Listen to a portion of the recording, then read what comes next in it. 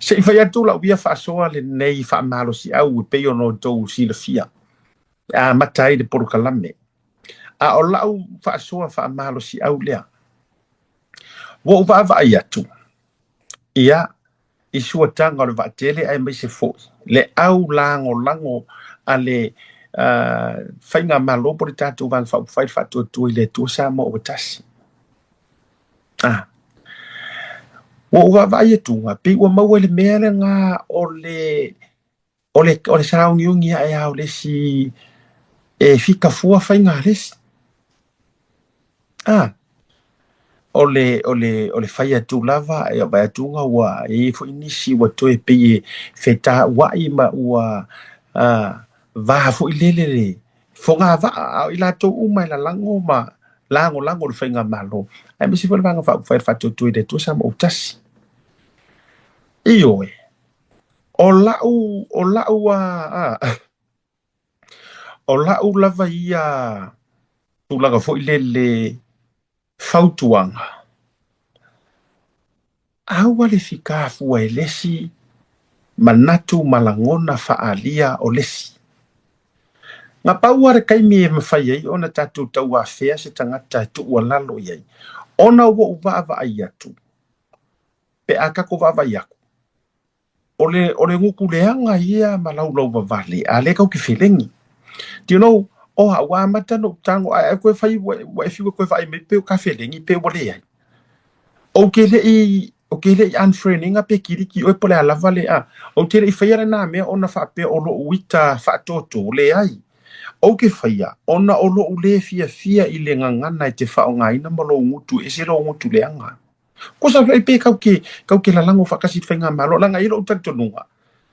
E le ka kaunga ka ko lau va vale ka ngaka e lango i whainga malo o whatotua i le tuasa mutasi. E le o haka ngia i le ngor ka ko paki. Ama koe lau kua lalo. E le o haka ngia, i o anga mea whakua i le akua, ai sau i whamakalanga e mo mai para lau vale male whakaipu ma meo ngā mau mea whapena. Whantua i fo. Ai o le tangata la le o te whai atu ai, ma le whautuanga. O le toi ngā tangata fo i le a whaali le manatu o le si tangata a lai mānaia. Well, fo i le e construct le le whainga la fo i identify le issue. Lai kalangoa i le issue. E se mea i masau fe au e ki oso ai fua. Ma e tau personal fua, ma e tau e o ar kwa ngā me vui le ka umea, e ka umea nko wa inga, e ka umea ngā mea. O le mea nā le o whale tonu wail tātou wā mi, o le la pisi le ngā, le ka umwhai fufuru. Kulou. O le siama kongu wā ngā ma le vai rusi le ngā, le kau ke ngau e kilingi. O le mea o lo woso e au rou ka ngaka. Ai ke le au wha maongi ma e kau kala le ami o kongu.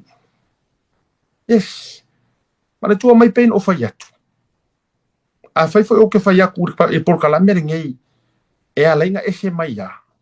Pa fkai nga ingi sila ia isi kanga kai kau ke lalango whakasi o le suenga o le ami o tonu. So peke fast, peke fai pule ale fast, peke mingiska, peke HRPP.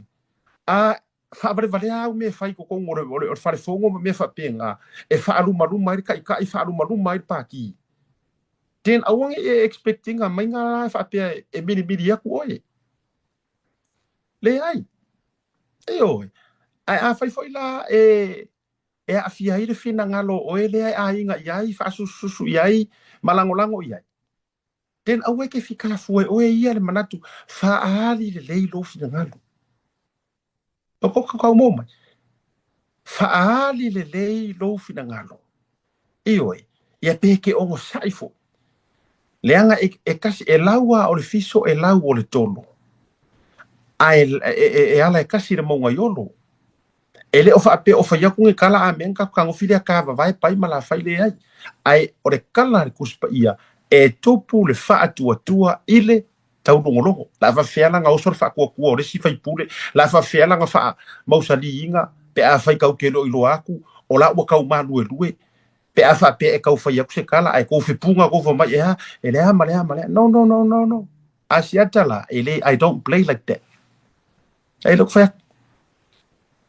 O ke li pe ka ke wo mamae pe ka ke ainga mamae pe nga ka ai McDonald's nga le lar ka au po le alava a faia ka ke va ia ku e sele me wanga ia ka ko karango isu le nga ole uso mongia le la fa ku la kala e ke loa le uso mongi e kau karsa o ya we au batau te fia ele mo fa vi mangamia le nga fa nga ka nga ka ngo e sungi kongu wa kau ki ni fa nga ka nga fa yo ka ko ma kusa au nga fa ku nga lu te tua eyo e or ku ala lo mongi le nga le o ke vakua or isu le fe nga makako or ka ko fia fais ai aka ko vai ku lo wa fia mai ka nga kai pele ya ka ko on ka ku alo la ia ya ai le kau fa penga ile ka le o te tala no mama tulanga yo o ai o kau ai nga yo ko ke li lo ai si mako mafukanga mangisho fai pule le wo fai atu o mako mafukanga mangisho fai pule mangisho mingiska ko ya mo mo fa kasi mo nga kasi fika mai o ele winga lo loto la tala le o fai ko ya o mo nga kasi makua pipi ia ko nga mafukanga fo ilele nga o saungia lele mai valele uso fa mole fia piki close, very close ioi very very close ai nga sipa lo le manga ai nga fa nguku lua lo ai nga kau eli lo umango kami kua fa kua ya yele ai ko e kami kua fa kua ya yele ai fanga ku lo i lungo programe o umanga fa nga ruenga au kafa kamilesi au kafa melalia ele ai se mea la tatou vivesi ai fua le nga ole afera o fa so se si kasi ngai va ngola fiafi so e pulela o pe ke le fia ya kia yeah, that's your problem ale wa vatu mo la disclaimer mo le mala u tu alalo eyo le ai vai ko sila ko ya fela u kana le fa fonga mai si fai pulo matunu ai fa fonga mer ko far vai malai ya sia te tafu fo taimi fato ato mo fai si ana palota ngai ko sila fia ai o kile if I ongo personal because there was an issue ai ole kai mianga umai nga fale makoi ngang ko vai e leila se me ala ai fo na ai o fika fueles o va vai to i fo fai me mai si tu singa ni si o tangata o sika ka ke ko i ka ke nga me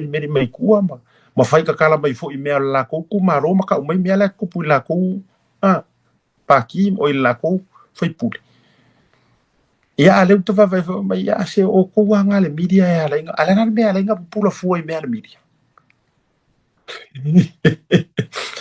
tato won malolonga era gona yo tino la woi o kot fana mo ka fia fa so a ringi va ngola fiafi ono o telefone nai te misa le mo woi se va no tato won malolonga a foi mai ya let's welcome le atawa man foi ya Peterson ya ilungo le tato proclame ele nei vai ngola fiafi